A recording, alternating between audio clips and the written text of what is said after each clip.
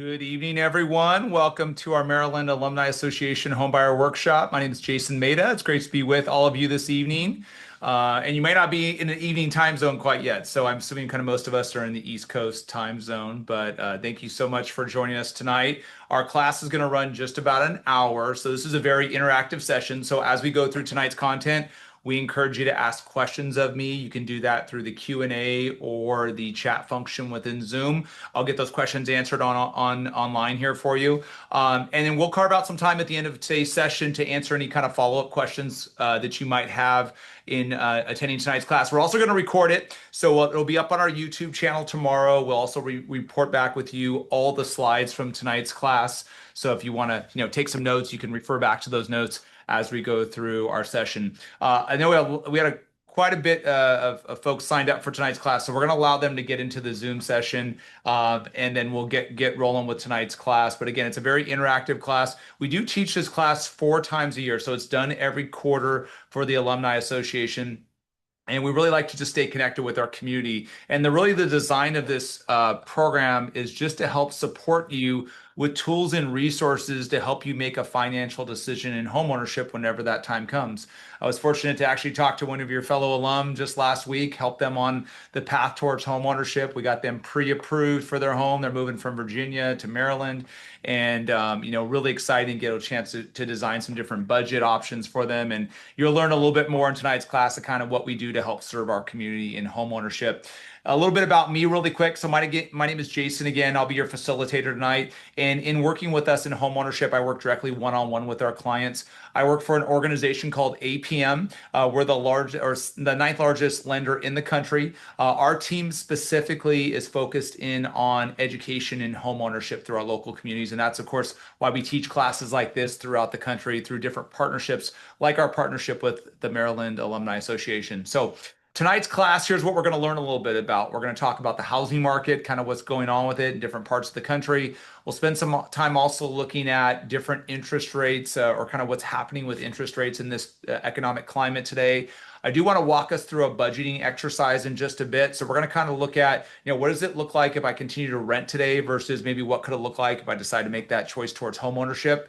We'll also talk a little bit about credit. That seems to be one of the challenges at some point for some of our clients, whether that's from a budgeting perspective or just kind of trying to pay down some debt. We're going to give you some tips and tricks around credit. Also outline some different loan programs that are available to you as first-time buyers. There are some state-specific first-time buyer programs that are available out there as well, so we'll kind of talk through that. And then we're going to go through a savings plan for homeownership. One of the dilemmas for most first-time buyers is just saving enough for homeownership.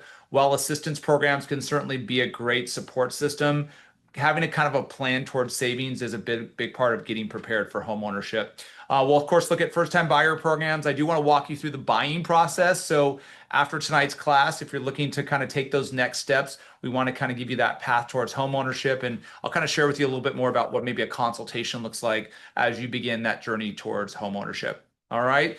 So we appreciate you taking time out of your busy schedules. I do hope you guys are having a really great summer. And I know there's a lot of other things you could be doing on a Wednesday night, but we appreciate you spending that time with us to learn a little bit more about this huge financial decision.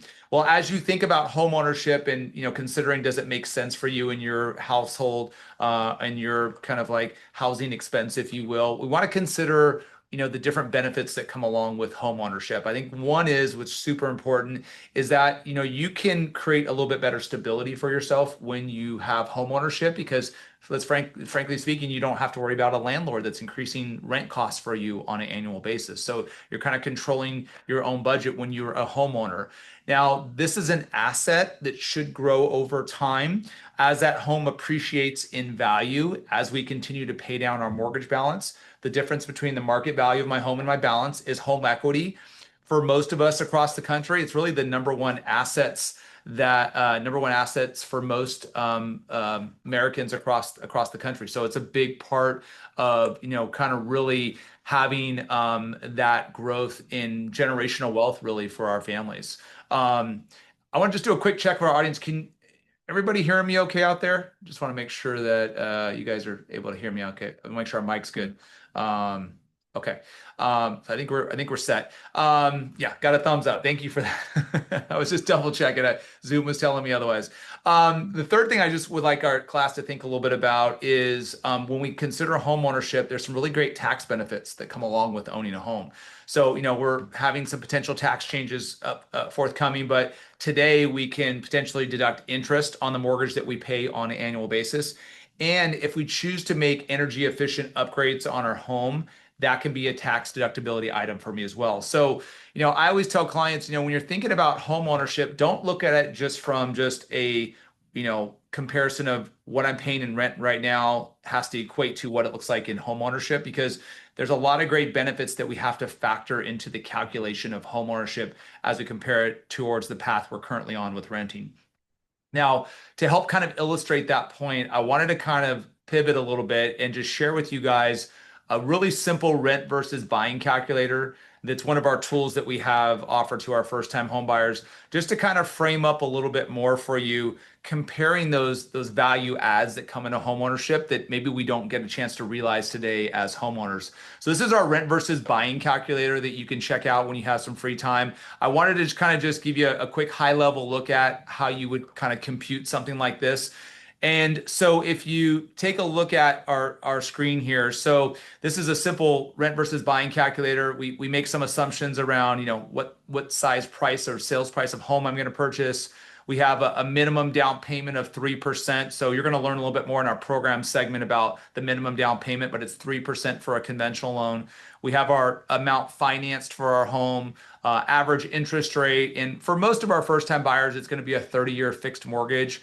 And then we kind of put, when are we going to take ownership of our home? So in our hypothetical, we put, July 31st.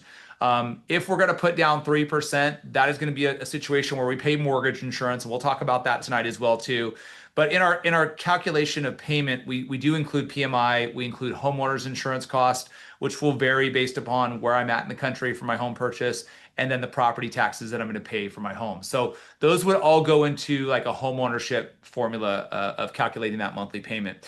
Now, in our scenario here, we plugged in someone that's paying $2,500 a month in rent, and then we make the assumption that their rent would essentially increase 2% every year when they renew their lease. Okay. So we have a home ownership column with those cost of home ownership, including down payment, but also in that column would be tax deductibility benefits that come along with home ownership, as well as appreciation in my home that I would realize in home ownership. So essentially, what our calculator will tell us is that essentially that after 3 years, based upon those investments I make in home ownership, that after 3 years is kind of when I hit the break even, that buying makes sense for me versus renting. You can see our graph here. And then my improvement, so my return on investment improves over time. So the longer I stay in my home, the more value I'm going to see in appreciation.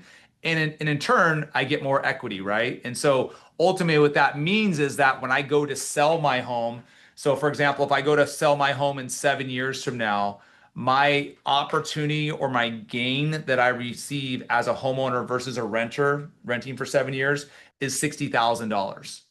When I factor in equity appreciation, of course, tax benefits that come along with ownership.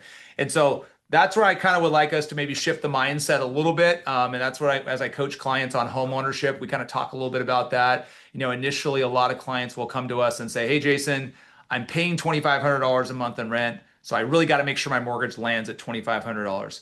So I would encourage us to think through that a little bit more, because when we factor all those benefits in, our cash flow should look a lot better in home ownership today than it does potentially as a renter.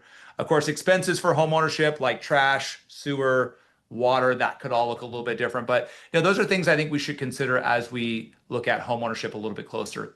Now, that'll kind of tee us up for the rest of our conversation tonight.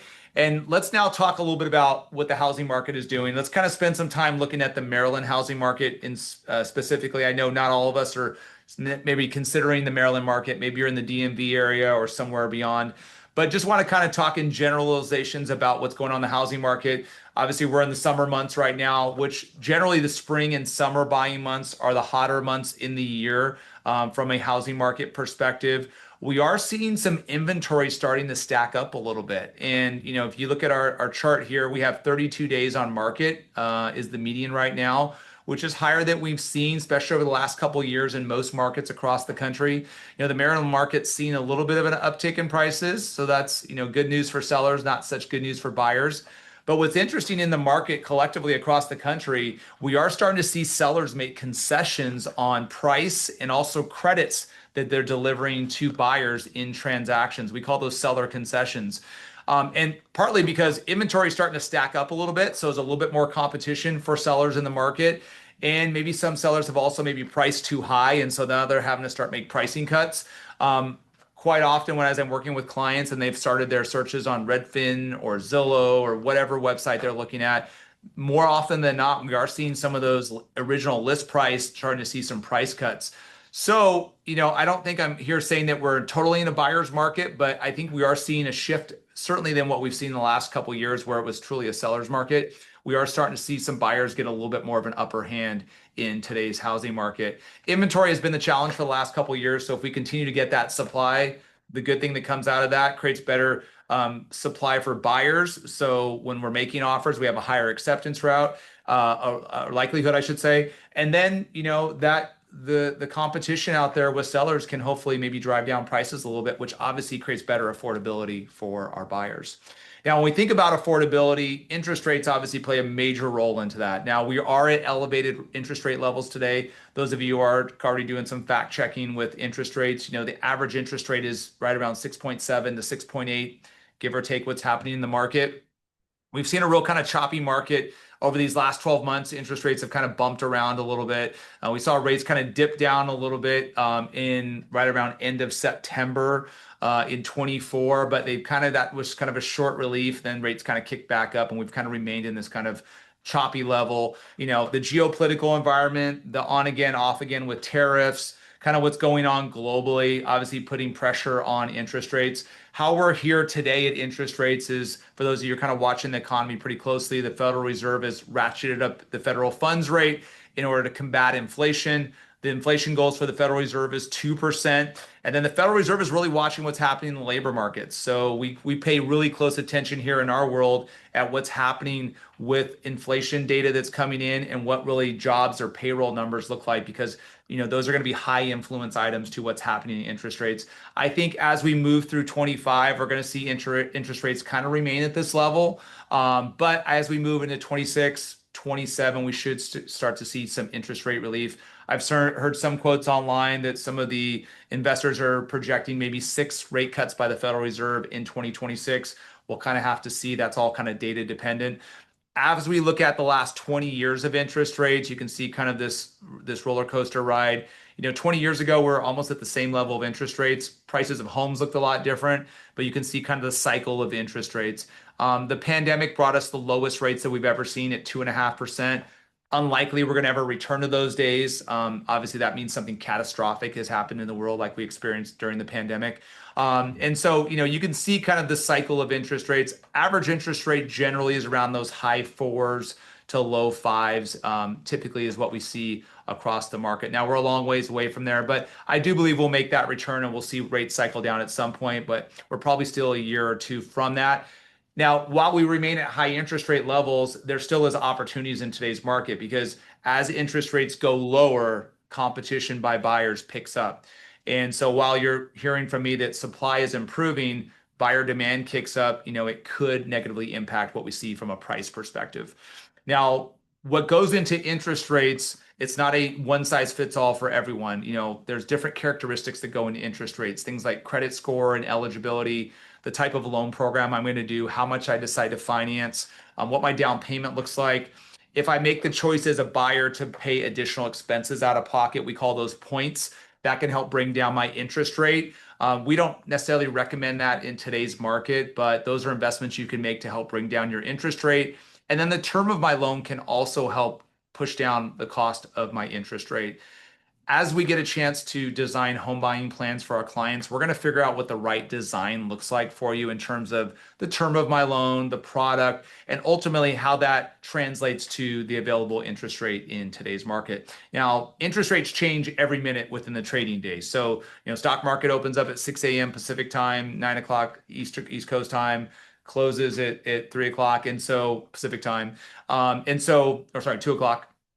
And so we're watching trading throughout the day because obviously that's going to move the markets and interest rates. So if we know big reports are coming out, we try to get ahead of that as much as possible because it could either positively or negatively affect interest rates.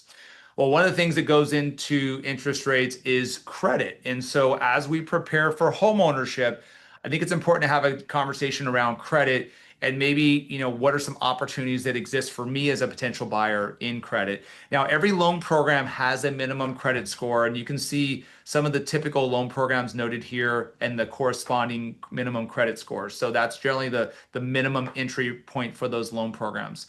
Now, when we think about credit scores, there are three different agencies that report credit scores. There's Equifax, Experian, and TransUnion. Okay. Now, the middle score is what we take from a lending perspective. So if you have a 740 as your highest score, 720 is your middle score, and let's say my lowest score is 680, well, my middle score in that scenario is 720. So that would be the score that we would use to evaluate my product eligibility. Now, if I'm going to apply jointly with my partner, but let's say my partner's middle score is 680, then that 680 score is a score that we use for product eligibility. And that's important to understand because that lower score could negatively influence interest rate, the type of program I have access to, even the cost of my mortgage insurance for my home purchase. Now, when we think about challenges on credit, so if I had a late payment, for example, on my student loan back in September of 24, when we have a delinquency event like that, it's going to impact us in the most recent 12 to 24 months from the date of the event. Now, as I move further and further away from that event, I kind of see this organic improvement in my score. But if I just had a late payment in September of 24, probably really impacted my score quite a bit. And so it's going to take some time to recover on my score unless I'm able to talk to that creditor and see if they're able to remove that delinquency of credit.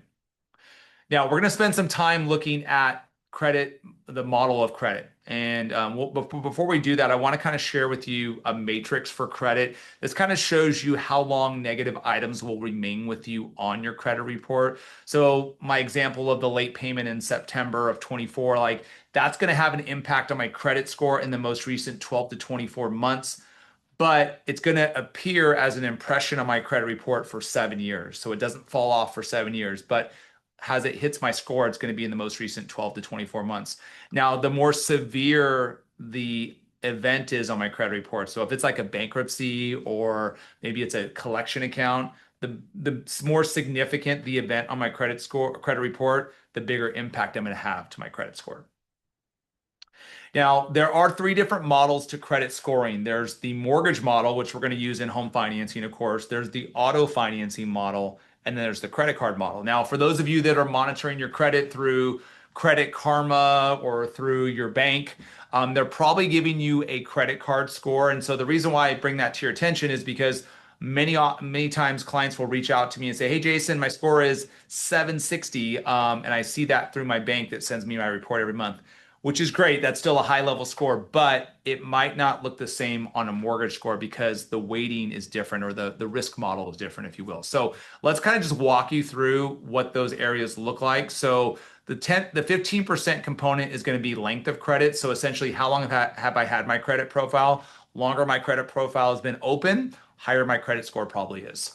20% is going to be how much new credit have I tried to open. So if I opened a lot of new accounts in the most recent 12 to 24 months, I'm probably going to have some pullback in my score. That also includes credit inquiries, and we're thinking about hard inquiries. So that's where I've had a lender run my credit report, which can put an impact to my credit score, especially if I've had a lot of inquiries in the last 12 months. Now, there are rules in auto financing and mortgage financing that state that I have a 30-day window of time to shop around with as many lenders as I want, and it's the impact of one credit inquiry hit to my score. Now, one of our kind of unique processes in our financing design for our clients is we only start with a soft credit check. And the reason why we choose to do that is because when we do a consultation with a client, it doesn't necessarily mean that they're going to buy right away. So we want to help educate them on their home buying options, but not impact their score. So we only start with a soft credit check. Now, the next component is probably the biggest area of opportunity for most clients, and that's around revolving debt. And that's just kind of managing down credit card debt. Especially this time of year, we're probably doing some fun things. Maybe we're traveling or we're making some purchases for our place, whatever the case may be. Credit card debt can kind of stack up a little bit. So the rule of thumb is in aggregate totals, we want to try to keep our credit card debt optimally below 10% of the credit limit amount. So if I have $10,000 in credit limits, I want those balances below $1,000. Next level would be $3,000 in this example, or 30%.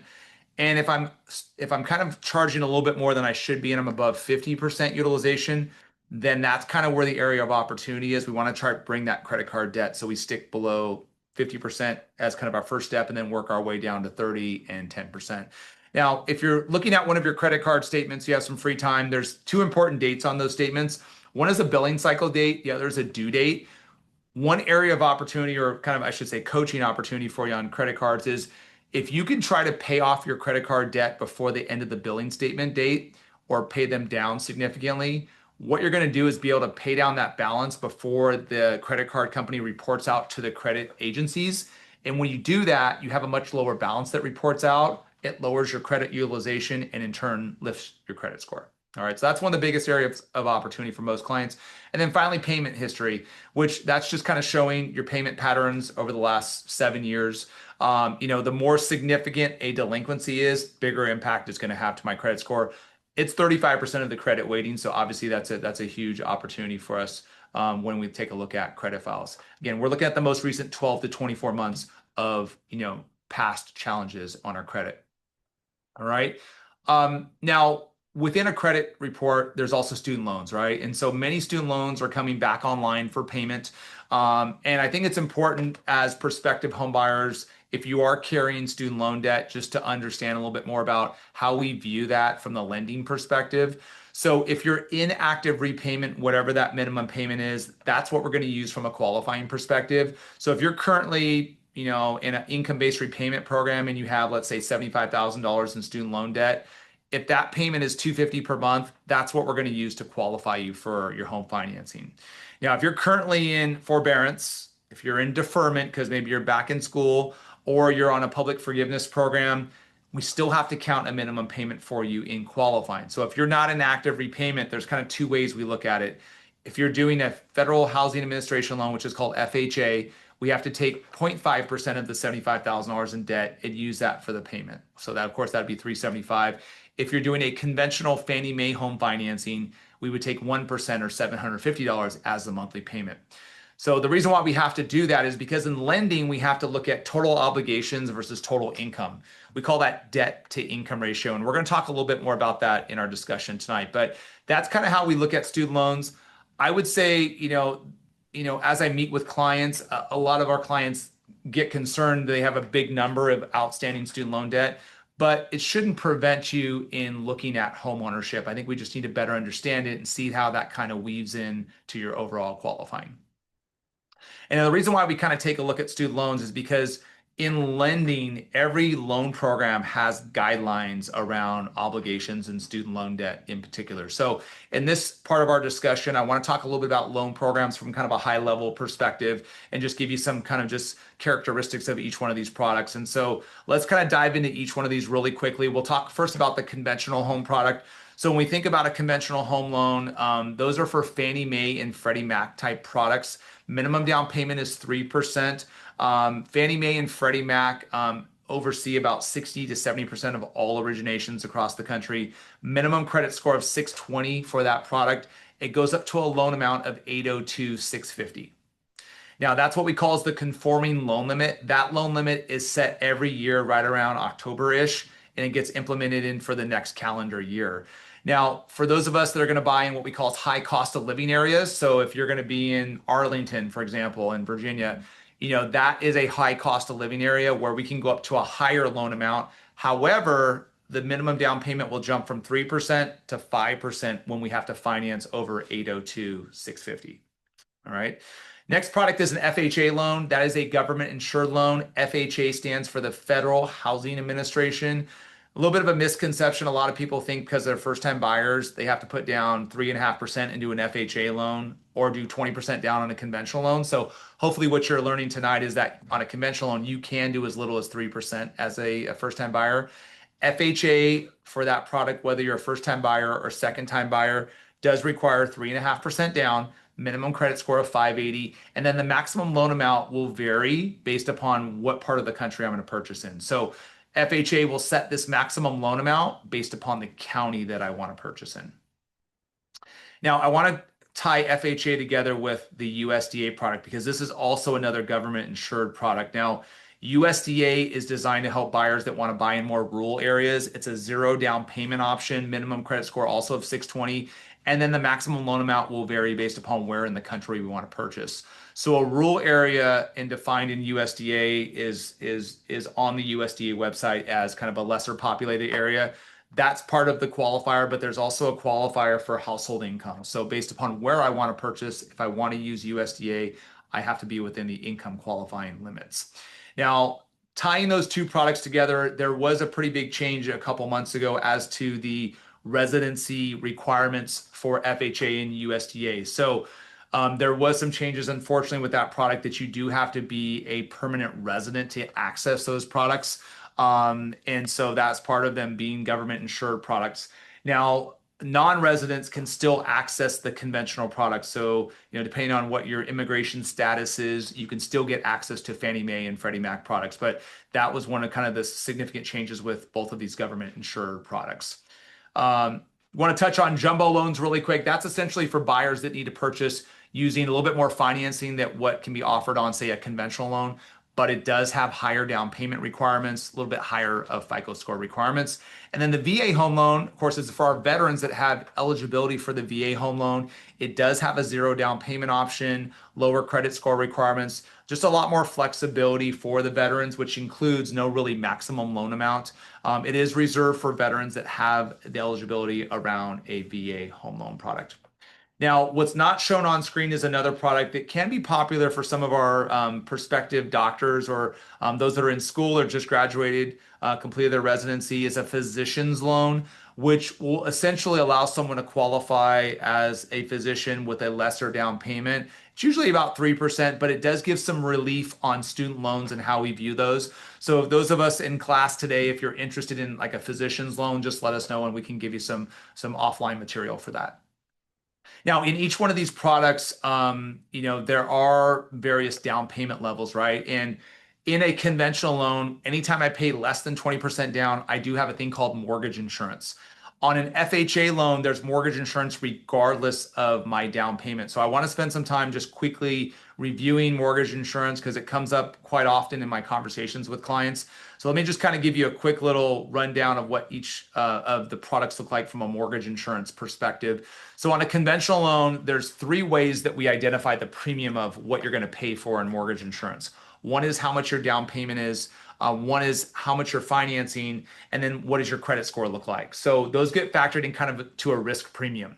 Now, conventional mortgage insurance generally is paid on a monthly basis, but you can also pay it upfront. You can also finance mortgage insurance, but most clients will have mortgage insurance as a monthly line item in their mortgage payment because they do have a cancellation option. So when they reach 2 years in a loan and have 20 to 22% equity, they can apply to have that mortgage insurance canceled. Now, if we were to look at a calculation of mortgage insurance for a conventional loan, and let's say I have a 740 credit score with 3% down, I'm probably looking at mortgage insurance around $138 a month. And the reason why I kind of spotlight that for our class is because if you've started some of your searches online and maybe use some of the online calculator tools that are out there, the mortgage insurance can be a lot higher when we look at those calculators. I've seen $300-$400 a month. So the higher I can get my credit score, the more I can put down. Essentially, that's going to help benefit me from the cost of my private mortgage insurance. So PMI stands for private mortgage insurance. And both what conventional mortgage insurance and FHA does on the mortgage insurance space is essentially insures the lender against default by the buyer. So just the difference between PMI and FHA mortgage insurance is FHA is government insured, PMI is privately insured by 7 or 8 different companies that are available in the marketplace. So FHA mortgage insurance does have two components to it. There's monthly mortgage insurance, which is 0.55% of my loan amount. And then we divide that by 12 to determine the cash amount that we pay on a monthly basis. And there's upfront mortgage insurance, which is 1.75% of my loan amount. That gets financed into my total amount financing. Now, one of the differences with FHA versus conventional is I can't cancel mortgage insurance on an FHA loan. So really the only way to exit the FHA mortgage insurance product is I would have to refinance into more of a conventional loan. So a lot of the clients that we help with the FHA product, I kind of look at that more of as a short-term solution because, FHA is very heavy on the expenses. So it allows clients that maybe need a little bit more leniency in the guidelines and qualifying, maybe from a credit score perspective or just past challenges around credit to access homeownership. But we're not going to probably use that as like the forever loan for most of our clients. Now, in the FHA MIP calculation, it looks like this. So we have upfront mortgage insurance with that same scenario of 78.75, and then we have monthly mortgage insurance at 206 per month. So that all gets factored into our payments for our clients. So that upfront mortgage insurance is a one-time fee that it gets baked into the total amount financed for the client's financing. All right, so that's a quick look at mortgage insurance. Hopefully you find that helpful because we got a lot of questions around mortgage insurance. Speaking of questions, I want to take a quick pause. I know I'm running through a bunch of different concepts in a short period of time, but I wanted to see, did we have any questions from the audience that I can help answer before we talk a little bit about employment and income for home purchasing? You can use obviously the Q&A or the chat function. Do you have any questions that we can answer? Okay. All right. So we'll keep things moving. But feel free to drop those in if you want me to take a quick pause while answering your questions that come in through those windows. Let's talk a little bit about employment and income. So as you're thinking about home ownership and you're kind of maybe preparing to meet with us for a consultation, I wanted to kind of give you some of the documents that we would generally ask for. So they're kind of listed right here. Pretty simple stuff. Most of those things you can upload directly to your application. Now, when we think about employment for home ownership, I want to kind of share with you a few different thoughts. One is, and there's a little bit of kind of confusion out there. So in lending, we do have to document 2 years of work or educational history. So you don't have to be on the job 2 years or even be in the workforce for 2 years. So you could have just graduated from Maryland just last year and just started your job. You're still less than 2 years. That's okay as long as we can put together a 2-year work and or educational history. We even have scenarios. We have a client right now that's transitioning from Idaho to California, starting a new job in California.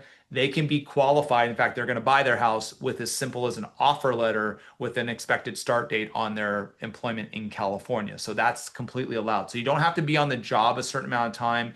You just have to we have to be able to document a complete 2-year work or educational history, and then of course, any type of new employment. Now, if you're self-employed, it's a little bit different because we do have to show 2 years of tax filings and validate earnings on those tax filings for the last 2 years. Also, if you have two jobs, so if I work for two different employers, in that case, if I do want to count both sources of income, I have to make sure that I've been on both jobs for 2 years because we have to show consistency and stability in working two jobs. If I'm on a part-time situation, that's another scenario where I have to show that I've been on the job for 2 years. If those of us in class are looking to start home buying or they're qualifying for home buying and I have maybe variable income like overtime or maybe bonus income that I receive, if I want to count that the employer has in my comp plan, then in that scenario, I have to be on my job for 2 years because what we do is we look at the bonuses or the overtime and then we average it over the span of 2 years just to see consistency of the earnings of that income. Another thing just to point out to you in income is if you're maybe doing a side job, maybe you're working for Uber or Lyft in addition to maybe your full-time job. If we do want to count that other source of income, then we just have to show that I've been doing both jobs simultaneously for the last 2 years. All right. Last thing I want to touch on when it relates to employment or income sources, when we have maybe other income sources in our household, let's say we have a partner that's contributing to our household expenses, but they're not going to be a part of the loan application for whatever reason. We can't count their income unless they're going to be part of the loan application because then we have to evaluate credit and debt to income ratio, which we're going to talk about right now. But That's kind of how we look at employment and income when it comes to evaluating options for our clients. Now, one of the things we look at in designing those options is we look at affordability because we want to make sure that we're designing options that fit the target budget for our clients. But we also have to look at things from a qualifying perspective when we look at those expenses versus income. We call that debt to income ratio. And so I just want to share with you really quickly what that calculation looks like. It takes into consideration what my new housing expense is going to be as a homeowner. So what the principal and interest of my loan looks like, property taxes, maybe I'm putting less than 20% down, mortgage insurance, and then maybe I'm buying a condo, maybe a townhouse, maybe a planned community. In that case, I might have homeowners association dues. We kind of factor that also into the housing budget. So that kind of goes in our housing expense column. And then we also look at our existing debts, things like credit cards that maybe I don't pay off monthly, car payments, student loans, personal loans, things like that. So we gave you kind of a scenario here on screen where we have someone that has $2,500 in housing expense, $500 in other debts, and they're making $8,500 a month. So we would essentially take those expenses, divide that by the gross monthly income. So we're looking at pre-tax income, and that tells us that our client has 35% of their income going out to those expected expenses or projected expenses, right?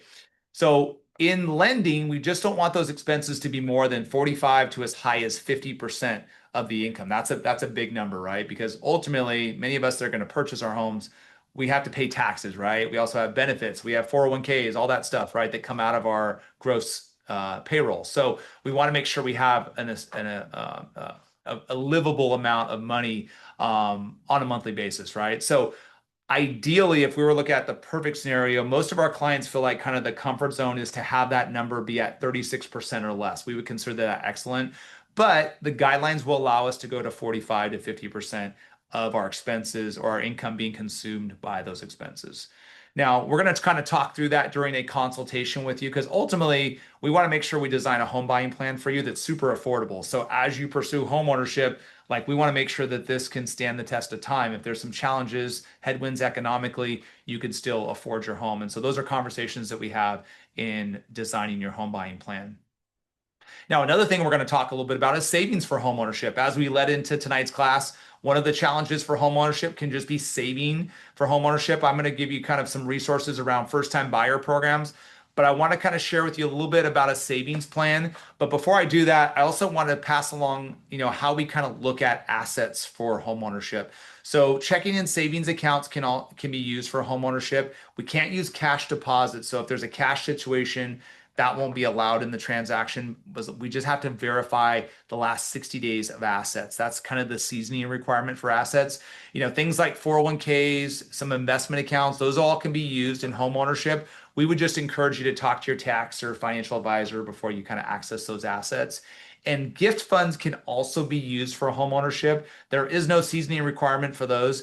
We'd encourage you to take a look at that as an option because family members can help out. Whether that's $10,000 or $100,000, we just have to document how those gift funds arrive to you, whether that's depositing directly towards your home purchase or being transferred to you directly. All right.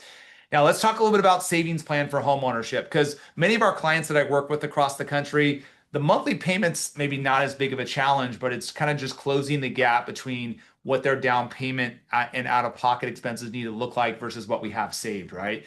So let me give you a quick plan towards home ownership. So if I was to, be in a situation where I'm paying, let's say $2,000 a month in rent, and after going through a consultation, I think I can save or spend about $3,500 a month in home ownership. So that means my new mortgage payment, right? So right now we have about a $1,500 variance between what I'm paying today, which is what I could pay tomorrow. So what our plan should look like if we're just lacking savings is let's start saving like we're paying that $3,500 mortgage payment today. So on the first of the month, I pay that rent payment. I just kind of get that out of the way, but I create that discipline that I also transfer $1,500 to my savings account. By doing that, obviously I'm going to accrue savings on a monthly basis. By the end of 6 months, I have $9,000. By the end of the year, I have $18,000, not including interest on high yield accounts that can also be complementary to that. But I also create the discipline for myself that I kind of get in the swing of things of actually paying that $3,500 a month. So when it comes to buying my house, it's not such a payment shock for me, right? And so that's a great way of improving my assets for homeownership, but also creating that discipline of getting in the habit of making that type of mortgage payment. Now, there's also resources for you in from a first-time buyer perspective. I know some of you may not necessarily be in the Maryland market or maybe not in the DMV area, but there are first-time buyer agencies designed to support affordable home ownership for low to moderate income households. So I wanted to kind of spotlight the Maryland Department of Housing and Community Development programs, but we can certainly talk offline about some other programs depending on the state that you're in, because there are housing finance agencies all across the country that we partner with. So here's kind of a spotlight of some of the programs offered in Maryland. You can see these MMP programs. So the first one is the Advantage 6000 program that allows a buyer to get $6,000 in the term of a no interest loan that basically helps to reduce down their down payment and closing costs for their home purchase. There's also the Advantage 3% loan that can give you support to cover that 3% down payment that we talked about with our conventional loans during our product segment. And the Advantage 5% loan that allows you to get up to 5% of your sales price that can go towards your down payment. Now, keep in mind, in most first-time buyer programs, the more assistance that we participate in, the higher my interest rate will be for the first mortgage. So we have to kind of find that right balance of matching resources to monthly budget. Okay. And that's something we'll do as part of your consultation.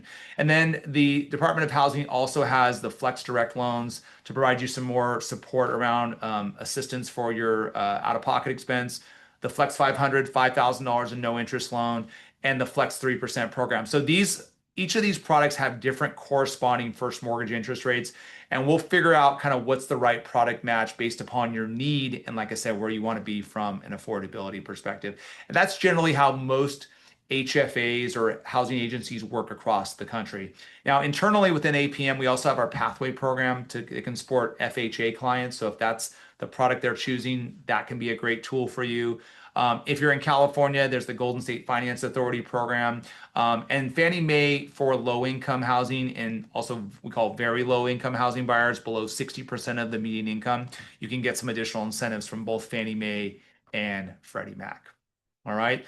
So I think, hopefully your takeaway from our first-time buyer segment is, there are some resources out there. We don't have to necessarily save up $40,000, $50,000 towards home ownership. There are buy now opportunities for you as prospective buyers. Well, as you're considering home ownership, we want to kind of round out tonight's class by sharing with you the buying process. And so, after we leave tonight's class, I think it's helpful to understand where you go from here. So whether you want to buy this year as a 25 goal or a few years out, we would encourage you to get connected with us for a free, no obligation consultation. So that's where you and I get a chance to meet for a video session just to figure out really what home ownership looks like for you. Now, after we finish something like that, you can get your pre-approval completed out of that session. That pre-approval ultimately just gives you a baseline for home ownership. And so really what your qualifying looks like. So if you want to act on that pre-approval and start shopping for homes, you can certainly do that. A pre-approval is good for 60 days, but it can always be recertified at any time. Now that kind of then moves us to step 2, which is the home search. And that's really the fun part. You get a chance to partner with a local realtor that can show you different options that kind of hit the mark from a budget perspective.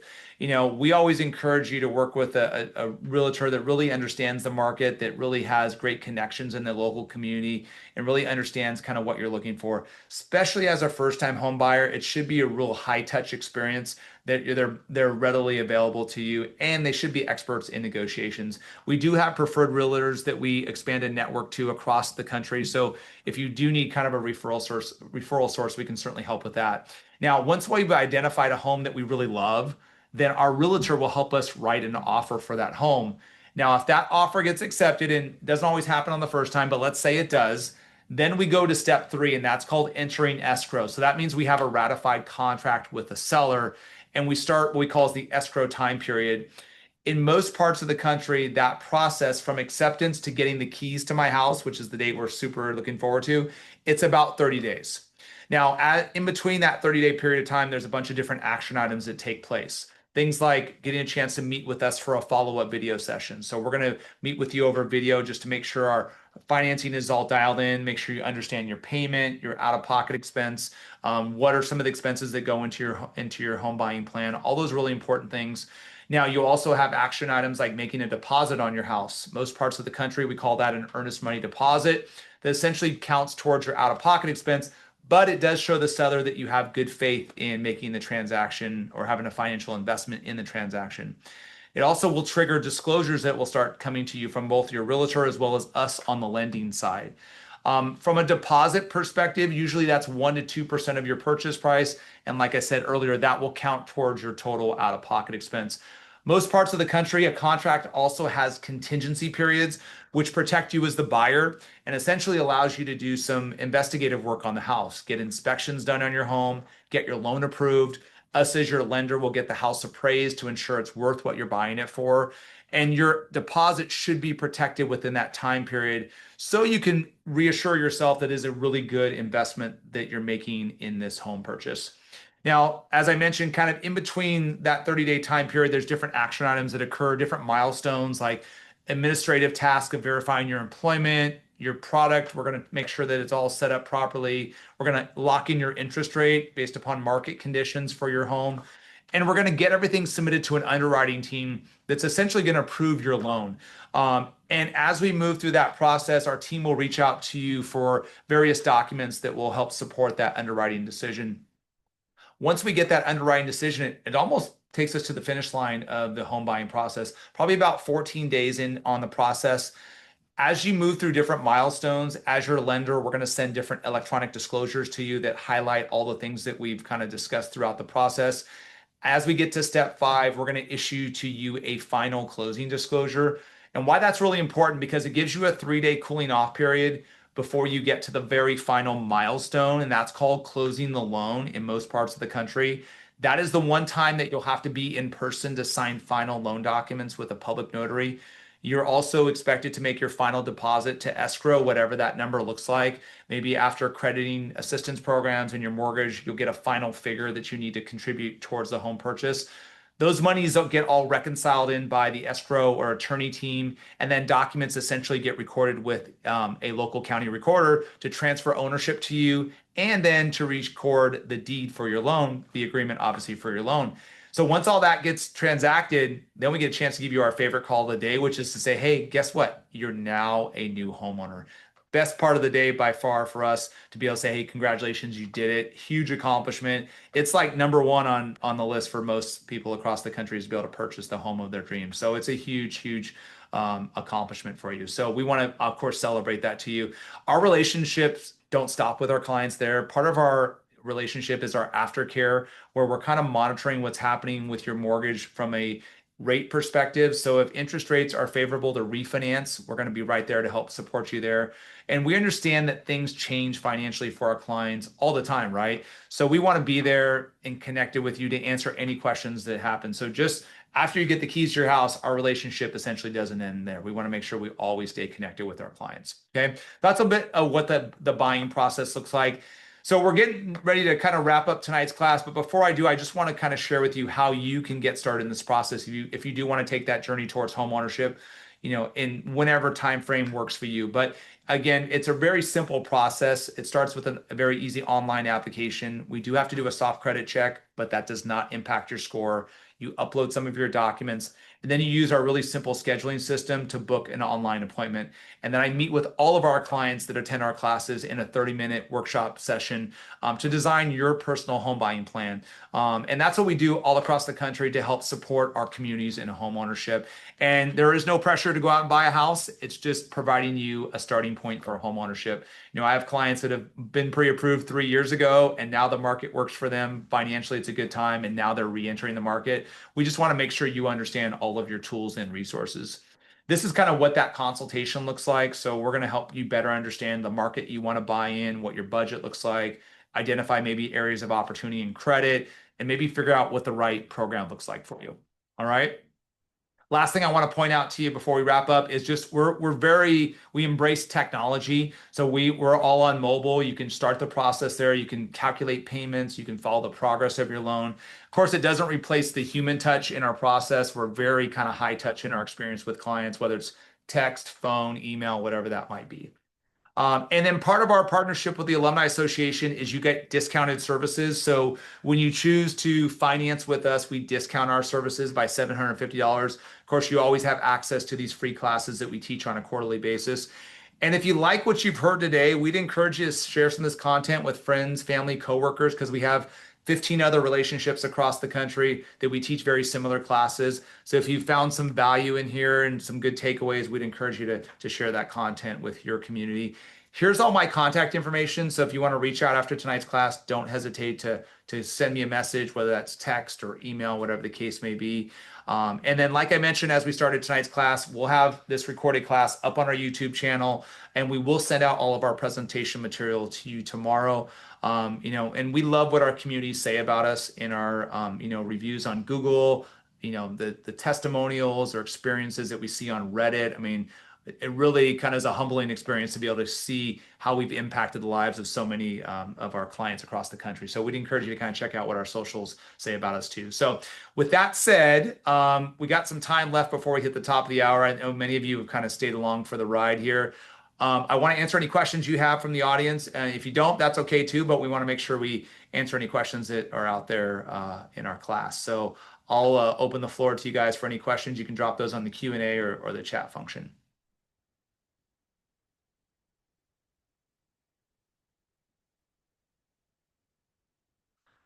And I know I'm probably right in the middle of dinner time, so I understand if there's no questions out there, but you can feel free to reach back out to me directly. I'm more than happy to answer any questions, or just if you have anything that kind of comes up as follow-up from tonight's class, we'd love to be able to stay connected with you for sure. All right, I think we're good. Well, thank you so much for attending tonight's class. It's a pleasure getting a chance to present this material to you, and hopefully I see you all in the future. Have a good night. Thank you.